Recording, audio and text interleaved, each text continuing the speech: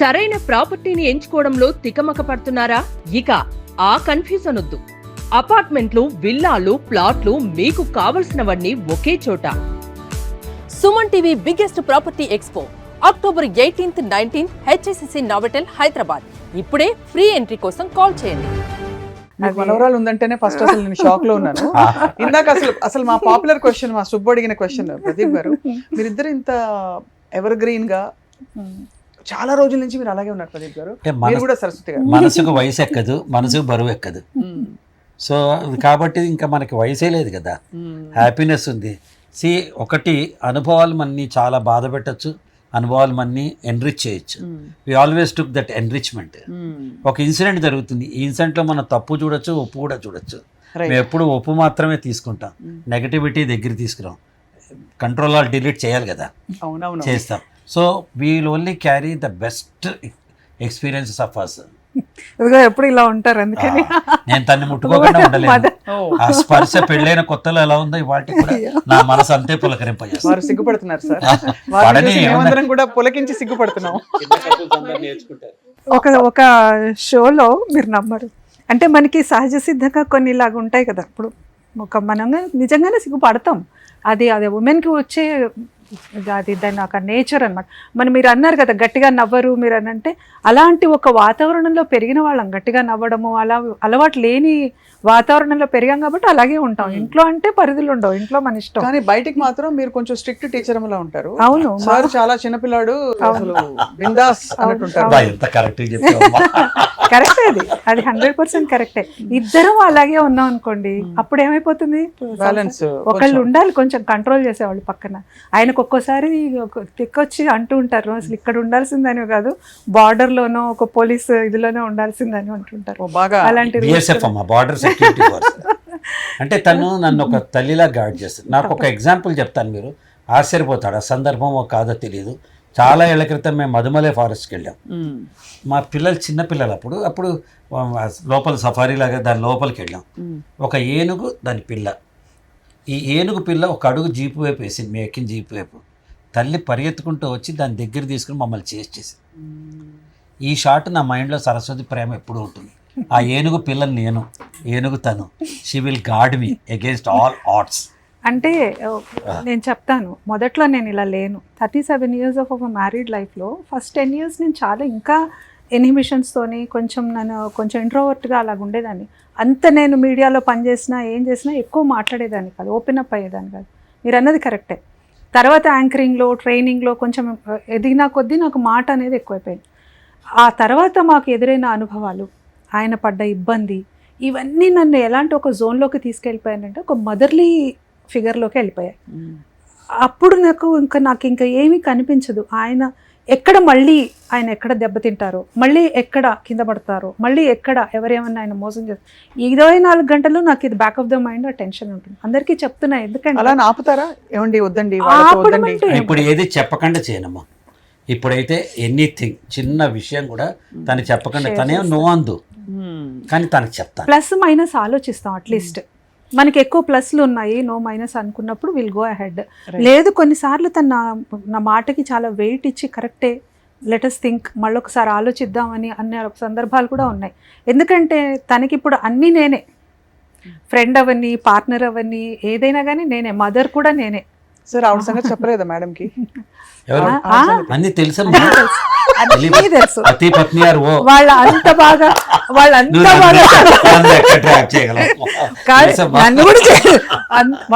బాగా సపోర్ట్ చేయలేదు కాబట్టి నేను ఇస్తున్నాను సపోర్ట్. సార్ మేడం యాక్ట్ చేశారు, సరస్వతి గారు షీఈస్ యాక్టెడ్. సో ఆవిడకంటే ముందు మీరు యాక్టర్ కాబట్టి ఆవిడ యాక్టింగ్ ఎన్ని మార్కులు వేస్తారు? బాగా యాక్ట్ చేస్తారా? అంటే యాక్చువల్ చెప్పాలంటే 7 out of 10. అబ్బో, 3 తగ్గించారండి. ఎందుకంటే ఏ నచ్చింది, ఏ నచ్చలేదు? నచ్చడం అంటే తను న్యాచురల్గా ఉంటుంది. యాక్టింగ్లో little bit melodrama add చేయటం అది తనకు తెలియదు. సహజ నటి అంటే కరెక్ట్ అనమాట అది. కాబట్టి నేనేం చెప్తానంటే, యాక్టింగ్ అన్నప్పుడు మనం సహజంగా ఉన్నది వదిలేసి చిన్న బిట్ అది కూడా పాత్రలోకి వెళ్ళాలని చెప్తా. ఇప్పుడు బాగా చేస్తాం. అత్తయ్య అత్తయ్య ఎంత పని చేశారు అలాగా అబ్బో అది అంటుంది అట్లా అని చెప్పట్లేదు. తను మంచి యాక్టర్ కంటే కూడా మంచి యాంకర్గా అయితే అసలు 10/10, మంచి మ్యూజిక్ డైరెక్టర్ 10/10, మంచి ట్రైనర్, యాజ్ ఎ స్పీకరు నేను ప్రపంచంలో నాకంటే ఎవరైనా బెస్ట్ స్పీకర్ ఉన్నారు అంటే మాత్రం సరస్వతి. కంపోజ్డ్గా కామ్గా, మనకి హైపరు మనం కొంచెం ఉంటుంది, మనకి యు నో మై నేచర్ ఉంటుంది, తను మాత్రం చాలా బాగుంటుంది. సో యాక్టింగ్ కూడా నేను చెప్పాను కదా మధ్యలోంచి తీసుకున్నాను, అదేం పెద్ద మొదటి నుంచి తీసుకోలేదు. తను అన్నది కరెక్టే, నేనేంటంటే తొందరగా మెలో డ్రామా చేయలేను, ఐ కాంట్ టేక్ ఇట్. నా ఒరిజినాలిటీనే నాకు వస్తూ ఉంటుంది, దానికి కొంత టైం పడుతుంది. ఇప్పుడు ప్రదీప్ గారి యాక్టింగ్ రోల్స్ గురించి మాట్లాడదాం. మిమ్మల్ని బాగా ఆకట్టుకున్న రోల్ ఏదండి ఫైనలీ? నేను అసలు ఆలోచించకుండా చెప్పేస్తాను, చాణక్య అని ఆయన ఒక సీరియల్ చేశారు దూరదర్శనే కదా, ఎక్సలెంట్ ప్రాజెక్ట్ అది. దానికే maximum number of Nandi awards వచ్చాయి. అందులో ఆయన యాక్టింగ్ కానీ, ద డైలాగ్ డెలివరీ కానీ, ఆయన ఎటైర్ కానీ అసలు మర్చిపోలేని క్యారెక్టర్. అది నాకు చాలా ఇష్టం. నాట్ బుచ్చిబాబు, నాట్ ఏంటది జంధ్యాల గారి సినిమా. మీరు బెస్ట్ అడిగారు కాబట్టి చెప్పా, బెస్ట్ అన్ని బెస్టే ఆయనకి.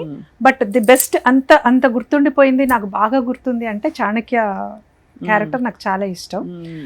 ఆయనకి 10 అవతారాలు, మేము ఆయన అంటూ ఉంటాం 10 అవతారాలు ఉన్నాయి మీకని. ఆయన ఒక యాక్టింగే కాదు కదా, యాక్టింగ్, యాంకరింగ్, ట్రైనర్, స్పీకర్, చాలా 10 అవతారాలు ఉన్నాయి ఆయనకి. ఒక డైరెక్టర్, ఎడిటర్, ఇంకా తెలియని కోణాలు చాలా ఉన్నాయి, ఒక స్క్రిప్ట్ రైటర్. సో అన్నింటిలోకి ఏది బెస్ట్ అని అడిగితే మాత్రం డైరెక్టర్. ఆయన విజువల్ అసలు మామూలుగా ఆయన విజన్ ఉండదు, చాలా ఆలోచించడం కానీ, స్క్రీన్ ప్లే రాసుకోవడం కానీ, ఆయన డైరెక్ట్ చేసిన films, serials I just like as a director. And తర్వాత the next to that actor అనుకున్నాను. కానీ ఒక స్టేజ్లో ఈయన స్పీకింగ్ స్కిల్స్ ట్రైనింగ్ చూసినప్పుడు నేను బాగా అనేదాన్ని, మీరు you will be a very good speaker tomorrow, నాకు మీరు మోటివేషనల్ స్పీకర్ అవ్వాలని ఉంది అన్నాను. అది ఎప్పుడండి? 10-15 years బ్యాక్. అండ్ ఎక్సలెంట్ గా రాణిస్తున్నారు ఇప్పుడు. అసలు అదే ఆ విషయంలో మాత్రం ఐఎమ్ వెరీ మచ్. ఏమిటి సార్ మీ సారాంశం మోటివేషనల్ స్పీకింగ్ లో? అంటే మనం ఒక ప్రతిపాదన పెడతాం, జీవితం అంటే ఇది, ఇలా ఉండండి అని. మీ ప్రతిపాదన ఏంటి కోరుగా? అంటే మోటివేషన్ అనేది జిగ్జిగ్లర్ చెప్తాడమ్మా, ప్రతిరోజు మనం స్నానం చేసేటట్టుగా ప్రతిరోజు మనకి ఏదో ఒక ప్రేరణ ఉండాలి. ఆ ప్రేరణ అంతర్గతంగా ఉండొచ్చు, బయట నుంచి నా అలాంటి వాడు చెప్పచ్చు, కమాన్ కదులు అని నేను అనొచ్చు, నీ అంతటి నువ్వే కదలచ్చు. ఒక గుడ్డుని బయట నుంచి కొడితే అది ఆమ్లెట్ అవుతుంది, అదే గుడ్డు అంతర్గతంగా పగిలితే అది ప్రాణం అవుతుంది. ఒక అడవిలో ఉన్న నిప్పు అడవినే దహించేస్తుంది, అదే నిప్పుని ఫ్యాక్టరీ ఫర్నెస్లో పెడితే ఏ ప్రోడక్ట్ అయినా తయారు చేయడానికి పడుతుంది. నీలో ఉన్న కాంపిటెన్సీస్ని ఒక సక్రమైన మార్గంలో పెట్టి ఎనర్జీస్ని ఛానలైజ్ చేసేది మోటివేషన్. దానికి మనం అనుక్షణం ఎస్ ఐ క్యాన్, నేను చేయగలుగుతాను, నేను చేయగలనా అనే డౌట్ వస్తే పడిపోతాను, నేను చెయ్యగలుగుతాను అని చెప్పగలిగే శక్తిని ఇస్తుంది. కాబట్టి మేము చేసే మోటివేషన్ ఏంటంటే, జనరల్గా అందరూ నెగటివ్ వర్డ్స్తో మాట్లాడతారు, నేను ఒక్క నెగటివ్ వర్డ్ మాట్లాడాను. నేను ఎప్పుడూ చెప్పేది నీలోనే శక్తి ఉంది. చేప చెట్టెక్కలేదు, చిలక ఈదలేదు, నేను స్వప్నం కాలేను, స్వప్న ప్రదీప్ కాలేరు, ప్రదీప్ సరస్వతిలో ఉంటాడు, సరస్వతి ప్రదీప్లో ఉండరు. ఎవరి కాంపిటెన్సీస్ వాడివి. కంపారిజన్లో కానీ పక్కవాడి దగ్గర తలకాయ ఉంచుకోవాల్సిన అవసరం మనకి లేదు.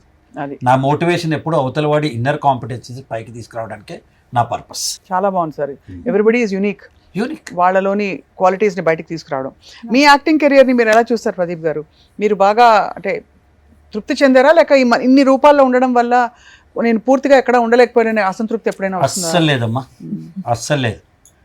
బేసిక్గా నాకు యాక్టర్ అంటేనే ఇవాళకి కూడా మర్చిపోలేని దొరద. నిజానికి ఈరోజు నా టైం నన్ను యాక్టింగ్ చేయడానికి కూడా పర్మిట్ చేయట్లా, అంత బిజీగా యాజ్ ఎ స్పీకర్ ఇంకా వేరే ప్రాజెక్ట్స్లో ఉన్నాను. కానీ యాజ్ ఎ యాక్టింగ్గా నాకు ఒక 4 phases ఉన్నాయమ్మా. First the best phase is my drama career. నేను 5వ సంవత్సరం నాటన మొదలెడితే 19వ సంవత్సరం హీరో అయిందాక all India best child artist దగ్గర నుంచి ప్రతి ప్రైజ్ తీసుకున్నాను. 4 మాధ్యమాల్లో చిన్న వయసులోనే సినిమా, టీవీ, రేడియో, స్టేజ్ 4గిట్లో కూడా ఎక్సెల్ అయ్యాం. బాలవర్ధిరాజు లాంటి పౌరాణిక జానపద దగ్గరించి, దుర్యోధన ఏకపాత్రాల దగ్గరించి మొత్తం అన్ని స్టేజ్ మీద చేశాం. కాబట్టి నా నెక్స్ట్ స్టేజ్కి అది హెల్ప్ అయింది, సినిమా స్టేజ్. సినిమా స్టేజ్ ఏమైందంటే 3 సినిమాలు నేను చేసినవన్నీ బాయ్ మీట్స్ గర్ల్, బ్రహ్మాండమైన యూత్ఫుల్ సినిమాలు. అవి నాకు ఒక యాక్టర్ కింద నా ఏజ్ గ్రూప్ వాళ్ళకి పర్మనెంట్ రోలు వాళ్ళ మనసులో ఒక స్థానం, ప్రదీప్ బాగుంటాడు, బాగా చేస్తాడు అనే ఒక మినిమం గ్యారంటీ స్థానాన్ని నేను కల్పించుకోగలిగాను. అక్కడి నుంచి టెలివిజన్ వచ్చాక కంపల్సరీ క్వశ్చన్తో నన్ను చూశారు. ఇంట్లో ఒకటే టీవీ ఉండేది, వీధికి ఒకటే టీవీ ఉండేది, ఊరికి ఒకటే టీవీ ఉండేది. అలా ఉన్నప్పుడు సూపర్ స్టార్ స్టేటస్లో నా టెలివిజన్ యాక్టర్ కింద, ఫిల్మ్ మేకర్ కింద సో ఎక్కడికక్కడ యు హావ్ బీన్, అదే మీ ఇప్పుడు క్యారెక్టర్ యాక్టర్, ఇప్పుడు హాయిగా తండ్రి వేషాలు వేస్తున్నాను, బ్రహ్మాండంగా ఉన్నాను. సో నాకు ఏంటి 64 ఏళ్ళకి ప్రతిరోజు అవకాశం తలుపు తడుతుంటే ఇంతకంటే ఆనందం ఏముందమ్మా? ఎవరికి సార్ 64? మా మహేష్ కా? కాదండి, అంటే ప్రదీప్ లో ఇద్దరు ఉన్నారు, 32+32 అంతే. ఓ ఇద్దరు ప్రదీప్. Double action. చాలా అంటే కాబట్టి యువర్ అంటే సాటిస్ఫైడ్ కదా సార్? మీరు అడిగితే ఇంత మంచి వాళ్ళ కనిపిస్తారు, నాకే రేపు కాల్ షీట్ డబ్బులు ఎంత ఇవ్వని అడుగుతారా? నేను అడగను కదా, దానికి ఒక వచ్చిన పెట్టా. మనం అడగలేక ఇంతకాలం చుట్టూ. ఎందుకంటే ఇవన్నీ ఏంటంటే సార్, ఇన్ బీయింగ్ పాజిటివ్ అప్పుడప్పుడు అనిపిస్తుంది ప్రదీప్ గారు, మనం పాజిటివ్ గా ఉండడంలో మన ఓన్ చాలా నష్టపోయారు. అమ్మా 60 ఏళ్ళు వచ్చేదాకా నేను ఇతరుల కోసం బతికానమ్మా. 67 నుంచి నా కోసమే నేను బతుకుతున్నాను. ఏమైనా డిఫరెన్స్ వచ్చిందా? చాలా. అంటే ఏ విధంగా? డబ్బులు పెరిగాయా? డబ్బులు పెరిగాయి, క్లారిటీ వచ్చింది, నా టైం వేస్ట్ కావట్లా. నాకు స్పష్టంగా దేని పని మీద 2 గంటలు పెట్టాలి, ఏది పెట్టకూడదు, ఇది నా లార్జర్ పిక్చర్లో ఉందా లేదా, ఏం లేకపోతే హాయిగా ఇంట్లో కూర్చుని మనం ఎవడో ఒక సెలబ్రిటీ పెళ్ళికి పిలుస్తారు, లేకపోతే ఎవరో తెలిసిన వాడు పెళ్ళి పిలుస్తాడు, వెళ్ళి ఇక్కడి నుంచి మనం ఆ మూల డెస్టినేషన్ వెడ్డింగ్ అని శంషాబాద్ అవతలు ఎక్కడో పెడతారు. మనం ఇక్కడి నుంచి ట్రాఫిక్లో 3 గంటలు పడి అక్కడ వెళ్ళి అక్కడ లైన్లో నుంచి ఈ మధ్య కొత్తగా బౌన్సర్లను పెడుతున్నారు. ఏంటి పెళ్ళి పిలిచిన వాళ్ళు గెస్ట్ కదా, వాడిని ఆపడానికి ఒక బౌన్సర్.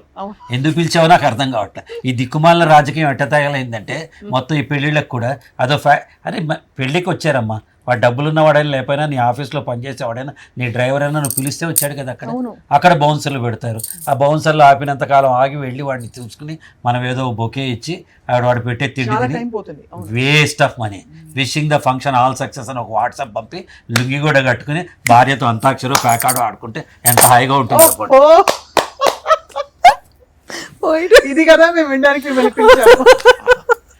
ఎందుకు ఎవరి కోసం బతుకుతున్నారు?